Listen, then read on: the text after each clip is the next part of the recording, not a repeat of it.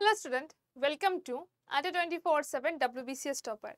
আজকে ক্লাসে আমরা যেটা নিয়ে ডিসকাস করব সেটা একটু অন্যরকম, বা তোমাদের মনে হতে পারে ম্যাম এগুলো অনেক শুনেছি, তো এটা খুব একটা ইম্প্যাক্ট ফেলবে না, এরকম তোমাদের মনে হতে পারে। বাট আমি যেটা বলছি সেটা একদম জেনুইন, এবং আমার কথা নয়, এই কথাগুলো হচ্ছে ইসরোর চিফের, এছাড়া নাসা থেকেও কিন্তু এটাকে কনফার্ম করা হয়েছে। একটা বিশাল অ্যাস্টেরয়েড গ্রহাণুপুঞ্জ পৃথিবীর দিকে এগিয়ে আসছে। হ্যাঁ, 2012 সালে যেমন আমরা শুনেছিলাম পৃথিবী ধ্বংস হয়ে যাবে, সেরকম সিচুয়েশন নয়। একটা লিটারেলি জেনুইনলি একটা বিশাল অ্যাস্টেরয়েড পৃথিবীর দিকে এগিয়ে আসছে, এবং যে অ্যাস্টেরয়েডটা পৃথিবীকে ধ্বংস করে দেওয়ার মতো শক্তি রাখে। এর আগে যে জিনিসটা কখনো ঘটেনি, এর আগে যে পৃথিবীতে এরকম কোনো অ্যাস্টেরয়েড এসে মাস ডিস্ট্রাকশন হয়নি এরকম নয়। পৃথিবীর বয়স যদি আমরা দেখি সেটা প্রচুর মিলিয়ন বয়সের মধ্যে যাচ্ছে, মিলিয়ন না বিলিয়ন বয়সের মধ্যে যাচ্ছে পৃথিবী। তো সেইটা একটা একটা মাস ডিস্ট্রাকশন এখান থেকে হয়েছে, আগে অনেকবার হয়েছে। তো সেই জিনিসটা যে রিপিট হবে না বা সেরকম যে হচ্ছে না, তো এটাকে পুরোপুরি উড়িয়ে দেওয়ার মতো কথা কিন্তু নয়। আজকে আমরা কথা বলবো একটা বিশাল অ্যাস্টেরয়েডকে নিয়ে, গ্রহাণুপুঞ্জকে নিয়ে, যেটা পৃথিবীর দিকে এগিয়ে আসছে। এবং এই জিনিসগুলো তোমাদের WBCS মিসলেনিয়াস যে কোনো এক্সামের জন্য কাজে লাগবে। কারেন্ট অ্যাফেয়ার্স বেসড টপিক, কি হচ্ছে কেন হচ্ছে সমস্ত কিছুতে ইন্টারভিউ ক্ষেত্র কিন্তু এই পয়েন্ট থেকে ডিসকাশন হবে। তাহলে চলো ডিসকাশনটা স্টার্ট করা যাক। অনেকদিন আগে যখন ইজিপ্ট মাইথোলজিতে, অনেক আগেকার কথা বলছি, ইজিপ্ট মাইথোলজিতে একটা দেবতা ছিল। ইজিপ্টে অনেক কিছুর ওপরই দেবতা থাকে, সমস্ত কিছুর ওপর তাদের দেবতা থাকে। ইজিপ্টে একজন দেবতা ছিলেন, তার নাম ছিল অ্যাপোফিস। বেসিক্যালি একটা ভয়ঙ্কর লেভেলের সাপ। ইনি হচ্ছেন অ্যাপোফিস। অ্যাপোফিস হচ্ছে ইজিপশিয়ান যে মাইথোলজি সেখানকার একজন দেবতা। তিনি ছিলেন god of terror, god of distraction. তো আজকের দিনে দাঁড়িয়ে এই অ্যাপোফিসের নাম আমি কেন নিচ্ছি? অ্যাপোফিসের নাম আজকে 2024-এ দাঁড়িয়ে নেওয়া হচ্ছে, তার কারণ হচ্ছে একটা বিশাল বড় অ্যাস্টেরয়েড পৃথিবীর দিকে এগিয়ে আসছে, এবং সেই অ্যাস্টেরয়েডটার নাম দেওয়া হয়েছে অ্যাপোফিস। কেন, কি বৃত্তান্ত? দেখো, যদি না এটা সেই লেভেলের এর ইম্পর্টেন্স থাকতো, তার একটা ইম্প্যাক্ট থাকতো, তাহলে এটার নাম অ্যাপোফিস দেওয়া হতো না। এরকম সাংঘাতিক বা কোনো ইম্প্যাক্টফুল নাম তখনই দেওয়া হয় যখন যে জিনিসটা হতে চলেছে তারও সেই লেভেলের একটা ইম্প্যাক্ট হবে, তাই জন্যই নামটা দেওয়া হয়েছে। অ্যাপোফিসকে বলা হতো god of terror, god of distraction. সেইটাকে লিঙ্ক করে এই যে অ্যাস্টেরয়েডটা আসতে চলেছে তার নাম হচ্ছে অ্যাপোফিস। রিসেন্টলি নাসা কি করেছে, রিসেন্টলি নাসা একটা জিনিস দেখেছে যে একটা বিশাল একটা ডেডলি একটা অ্যাস্টেরয়েড, তার নাম হচ্ছে অ্যাপোফিস, সেটা পৃথিবীর দিকে এগিয়ে আসতে চলেছে। সেটা পৃথিবীর দিকে ক্রমশ এগিয়ে আসতে চলেছে। প্রথম এটাকে আবিষ্কার করা হয়েছিল 2004 সালে। প্রথম 2004 সালে এটাকে আবিষ্কার করা হয়। Apophis is a near earth asteroid, যেটার সাইজ প্রচুর বড়। দেখতে পাচ্ছ কতটা কতটা মানে মিটার ওয়াইডে এটা যাচ্ছে। এটা ইজিপশিয়ান গডের নাম অনুসারে করা হয়। এটা 2004 সালে এটাকে আবিষ্কার করা হয়, নাসা এটাকে আবিষ্কার করে, এবং ইভেনচুয়ালি এটা পৃথিবীর কাছে আসছে 2029-এ। প্রেডিকশন যেটা রয়েছে 2029-এ এটা পৃথিবীর একদম কাছে চলে আসবে। প্রথম কথা, এরকম কি সত্যি হবে যে একটা বড় অ্যাস্টেরয়েড এসে পৃথিবীতে ধাক্কা মেরে পৃথিবী ধ্বংস হয়ে যাবে? এরকম কি সত্যি হবে? এরকম সত্যি হবে এই কথাটা আমরা আমরা বলছি না, বা কোনো কোনো জায়গা থেকে কোনো স্পেস এজেন্সি কথাটা বলছে না।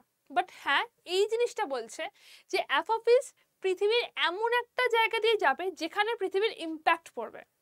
হয়তো ডিরেক্টলি পৃথিবীতে এসে ধাক্কা মারবে না, অনেক অ্যাস্ট্রোনট এটা বলছেন হয়তো ডিরেক্টলি পৃথিবীতে এসে ধাক্কা মারবে না, কিন্তু অ্যাপোফিস এমন জায়গা থেকে, এমন আনকমফোর্টেবল পজিশন থেকে যাবে যাতে পৃথিবীর ইম্প্যাক্ট পড়বে। এবং সেইটার জন্যই যে ওই যে মানে এত আনকমফোর্টেবল জায়গা দিয়ে যাবে, তাতে যে ইম্প্যাক্ট পড়বে তাতেই আমাদের প্রবলেম হবে, এইটা বলা হচ্ছে। এবং তোমরা এটাকে যদি মনে করো যে ম্যাম না 2012 তো শুনেছিলাম, এই যদি কনসেপ্ট থাকে তাহলে এখান থেকে বেরিয়ে এসো। তার কারণ হচ্ছে এই কথাটা কোনো এমনি হাওয়ায় ভেসে আসা, হোয়াটসঅ্যাপ ইউনিভার্সিটি থেকে আসা এরকম কোনো জিনিস নয়। এখানে কথা বলছে নাসা থেকে, এখানে কথা বলছে ইসরো থেকে, এবং এই জিনিসগুলো খুব ডিটেলসে আলোচনা হচ্ছে। যদি এরকম হয়, যদি খুব খুব মার্জিনালি, খুব আনকমফোর্টেবল পজিশন থেকে এটা যায়, তাহলেও কিন্তু পৃথিবীর উপর একটা বিশাল ইম্প্যাক্ট পড়বে। কি হতে পারে, একটা মাস ডিস্ট্রাকশন আগে অনেকবার হয়েছে, সেটা হয়তো রিপিট করতে পারে আবার নাও করতে পারে। কি করলে কি হতে পারে, এটাকে আমরা কি করে আটকাতে পারি, সে সমস্ত কিছু জানবো আজকের এই সেশনটাতে। ইসরোর চিফ তিনি অলরেডি বলেছেন if it happens will all extinct. এটা কিন্তু পুরোপুরি ইসরোর চিফের কথা, ইসরোর চিফ এই কথা বলছেন। যদি এরকম হয়, যদি এক্স্যাক্টলি এসে ধাক্কা মারে তাহলে তো বাদই দাও, তাহলে জাস্ট মানে আর কিচ্ছু জায়গার নেই। বাট যদি একদম আনকমফোর্টেবল জায়গা থেকে যায় তাহলেও কিন্তু একটা বড় ইম্প্যাক্ট পড়বে এবং এক্সটিনশন, মাস এক্সটিনশনের সম্ভাবনা এখানে রয়েছে। আমার তোমার মতো সাধারণ মানুষ এই কথাটা বলছে না, যিনি বলছেন তার কথার এই ক্ষেত্রে বিশাল গুরুত্ব, বিশাল মানে বিশাল গুরুত্ব। এবং তিনি আরো বলেছেন আমাদের যে 70-80 বছর যে লাইফ স্প্যান, সেই সময় আমরা কিছু দেখিনি, আমাদের মা বাবার লাইফ স্প্যান, সেই সময় আমরা কিছু এরকম মাস এক্সটেনশন দেখিনি। আমরা দেখিনি মানে যেটা হয়নি এরকম তো নয়, আমরা আমাদের লাইফ স্প্যানে এরকম জিনিস দেখিনি যে এরকম একটা উল্কাপড়ে এরকম সাংঘাতিক জিনিসপত্র হচ্ছে, ক্যাটাস্ট্রফিক জিনিসপত্র হচ্ছে। আমরা আমাদের মা বাবার জেনারেশনে দেখিনি, বাট দ্যাট ডাজন্ট মিন যে এরকম কখনো হয়নি, এরকম হয়েছে, পৃথিবীতে এরকম এক্সাম্পল রয়েছে। এবং তিনি এটাও বলেছেন যে তিনি দেখেছেন যে কি করে অ্যাস্ট্রয়েড অন্য গ্রহতে এসে হিট করেন।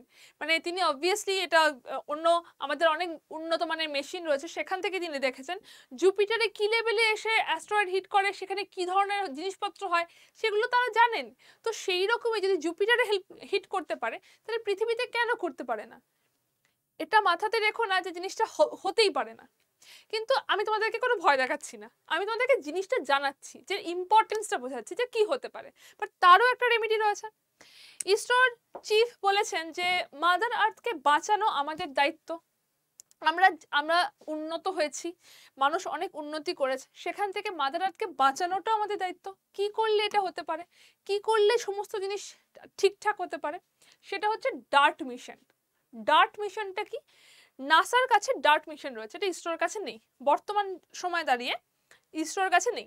ডার্ট মিশন হচ্ছে, ধরো একটা কিছু তোমার দিকে আসছে, একটা কোনো অ্যাস্ট্রয়েড, বড় সড়ো অ্যাস্ট্রয়েড তোমার দিকে আসছে, এই ডার্ট মিশনে নাসা থেকে পাঠানো কোনো স্যাটেলাইট সেই অ্যাস্ট্রয়েডের সঙ্গে ধাক্কা লাগিয়ে সেই অ্যাস্ট্রয়েডকে অন্যদিকে ডাইভার্ট করে দিতে পারে, অন্যদিকে ডাইভার্ট করে দিতে, যাতে সে পুরোপুরি এসে পৃথিবীতে ধাক্কা না লাগে, পৃথিবীকে ধ্বংস না করে দেয়, পৃথিবীকে ক্ষতি না করতে পারে। তার জন্য হচ্ছে ডার্ট মিশন, তার জন্য হচ্ছে ডার্ট মিশন।